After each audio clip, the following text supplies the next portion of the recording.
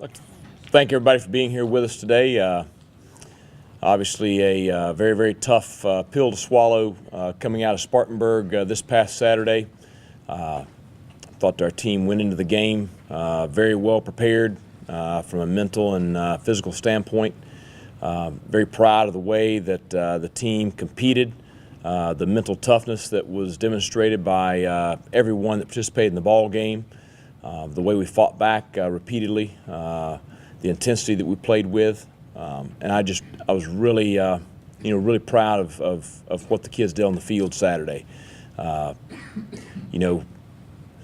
Given the track record and playing on the road, I knew it would be a tough game to win. I also knew we were very capable of doing just that, and the game turned out about like I thought it would, being very close and very low scoring. Excited about the way we responded there in the fourth quarter with after getting stopped on fourth down as we were driving with just under 4 minutes to play, being able to get a 3 and out and get the ball back to give our offense one more opportunity. I think we had 65 yards to go and just under 3 minutes to do it in with no timeouts. I thought our execution was very, very good on that drive, converting a couple times on fourth down and putting ourselves in a situation with a chance to win it with one play from the 3-yard line with 1 second left. That's honestly against a good football team in Wofford, and Coach Ayers did a great job preparing his team. They played fantastic. They're a good football team. They're going to give a lot of people trouble in the SoCon, and they'll be part of the conference championship being decided here this year. So I expect them to play well moving forward. But to have a chance to win that game in those circumstances, I thought we played very, very well. I would not change the play call. I would not change anything about the situation. We had a chance to win it and walk off the field. Very disappointed in not being able to do that. Me, I was 25, 30 yards away. There were people all over that stadium that have opinions about the last call there. I thought at the moment, I thought that Aaron was in at that point, but I am extremely biased, and I did not have a great vantage point either. I know there's a lot of controversy over the last call. I will say this: Jack Childress, who is the head of officials for the Southern Conference, is a man that I've known for a long time. We've always had a positive relationship, and he's someone that I trust very, very much. I spoke with him yesterday, and after speaking with him, and he has looked at that play repeatedly, as all of us have, and there's nothing definitive either way on the film that anyone can see. He's spoken with the officials. They were in good position to make the call. They were right on top of the play. He took me blow by blow through the last play. And he feels confident in the call that was made, even though I wished it were different. And it's something that I've always felt like his officials did a great job officiating our ball games, and they've officiated my ball games for years. And so I am, even though I don't like the outcome of the game, I sleep well at night knowing that official did the very best thing that he could do, and he did what he thought was right in that situation. And that's all you can ask of him. That's all you can ask of any human being. So that being said, we're moving on. We're focused on UNC Charlotte. Very good football team coming in here this Saturday. They're 3-3. They've had some last drive losses this year. They could easily be 6-0. They have two of the better skill players we have seen all year in Khalif Phillips, their tailback, and Austin Dukes, their wide receiver.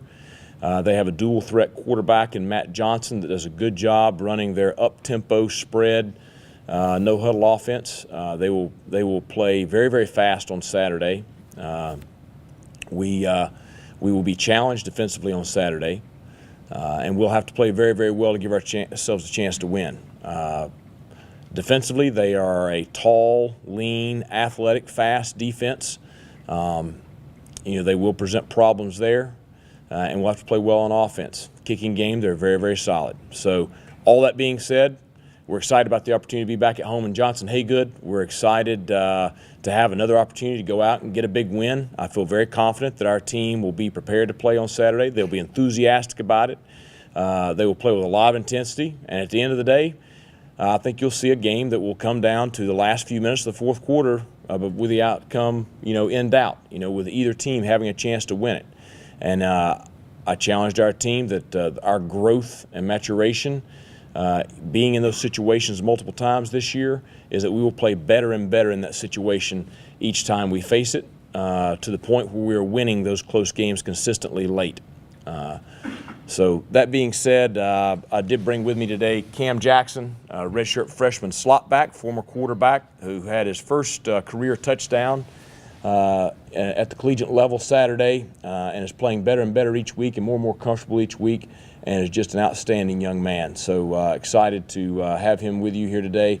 And then I have junior 3-technique defensive tackle Mitchell Jeter with us.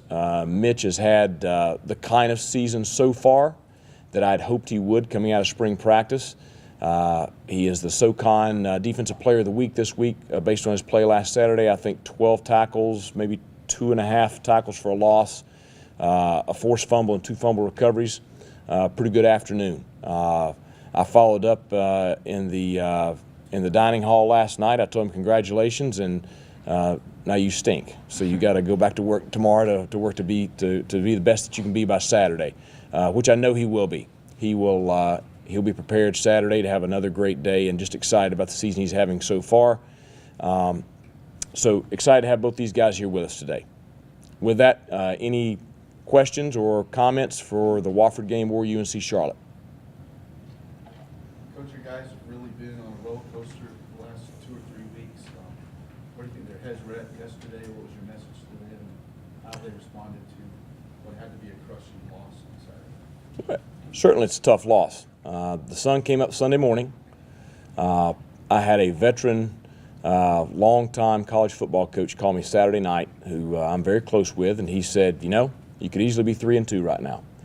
And you're 1 or 2 plays away from being just that. But at the same time, you're the exact same football team that you would be if you were 3-2, even though you're not. You've done the same things. You prepared the same way. Your kids have improved the same amount. So why wouldn't we have confidence moving forward? And we had a spirited practice Sunday night. I expect to have a solid practice this afternoon in preparation. And yeah, it's been a tough one to get over, but at the same time, you got to forget about last week no matter what the outcome, win or lose, and you got to focus on the next game because it's the only one you can control right now. Cam, can you and Mitch talk about how hard Saturday's loss was and how the team is doing putting that behind Well, no one ever likes to lose, but it also brought us closer together as a team, and that game's behind us now. We're just looking forward to Saturday, and we're just preparing, coming closer as a team, just perfecting our technique, just getting better. And you know how we didn't get the 4th down converted on that second to last drive, but we had complete faith in the defense that they'd get the ball back to us and give us opportunity to win the game, and that's exactly what happened. But refs call, you know what I'm saying?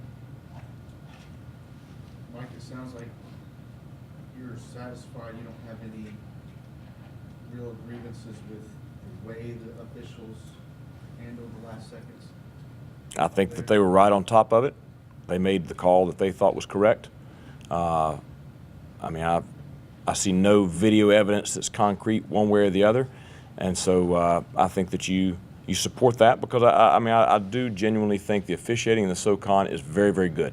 I feel like we get good, honest, hardworking men that try to do the right thing, and I think that's exactly what happened.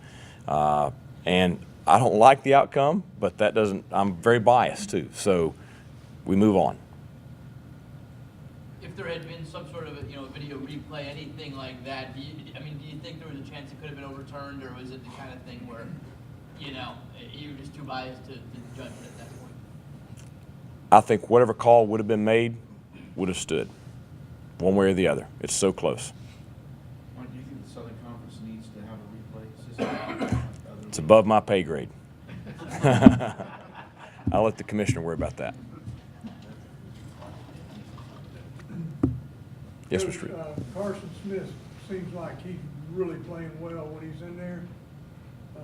I kind of watched him and followed him, and next thing you know, he's not in there, and he's in and out. Right. Is there, We're fortunate to have really 4 inside linebackers that are very capable men.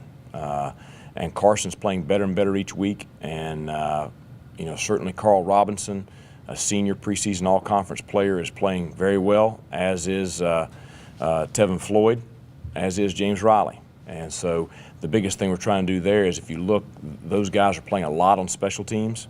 We try to keep them fresh because they're all better when they're fresh. So, yeah, you do see him in and out a lot, but I am pleased with the way Carson's playing week in, week out, playing better and better.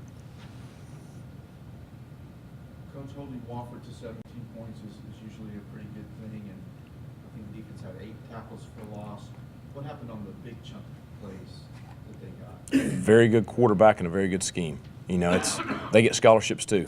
You know, Wade Lang is been the offense coordinator there for 27 years. Does a very good job. We were worried about the quarterback going into the game. We were worried about the trap option, which is what what he popped a couple of runs on right there. And you know, they make adjustments. We make adjustments. They had some wrinkles. We try to adjust to those wrinkles, and that's what you see throughout the ball game. Anytime you're playing a talented opponent, both teams are going to make big plays, and so you just got to forget that play and move on to the next. Does Charlotte represent an offense that's a little bit more conducive to turning guys loose like Gardner-Webb versus dialing them back a little bit for an option team? Well, I think that with the spread, up-tempo, and the passing attack, I think that it's a lot more of, basketball on grass kind of ball game than it was last week, where you guys sit there and hunker down and really be not that you're not gap conscious this week, but you got to really be option responsibility sound last week against Wofford, and putting yourself in so many different situations the way they do. So I do think you're seeing a similar offense to Coastal Carolina and Gardner-Webb. What that's going to mean is, depends on how they play and how we play. Has their defense faced a similar kind of offense to ours? They faced Charleston Southern, which is similar but different. So they have not faced a Wofford, Citadel, flexbone style offense, although Charleston Southern is the closest thing with, with the shotgun triple option.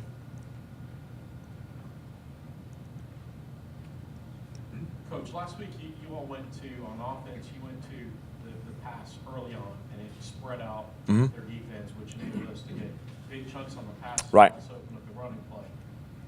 This week it seemed like we just didn't do that first half at all. Well, the first play after the turnover that was forced on Wofford's second series, we threw 2 passes. Threw a pass on that play and then a pass on the third play. We just didn't connect on big plays. The philosophy wasn't that much different. Granted, I think Wofford presented maybe a little more sound scheme versus the pass versus triple option offense than maybe what we saw the previous week. But it doesn't mean we weren't trying to be aggressive in the pass game. We just weren't quite as effective in the first half as we were in the second half, and especially on that last drive.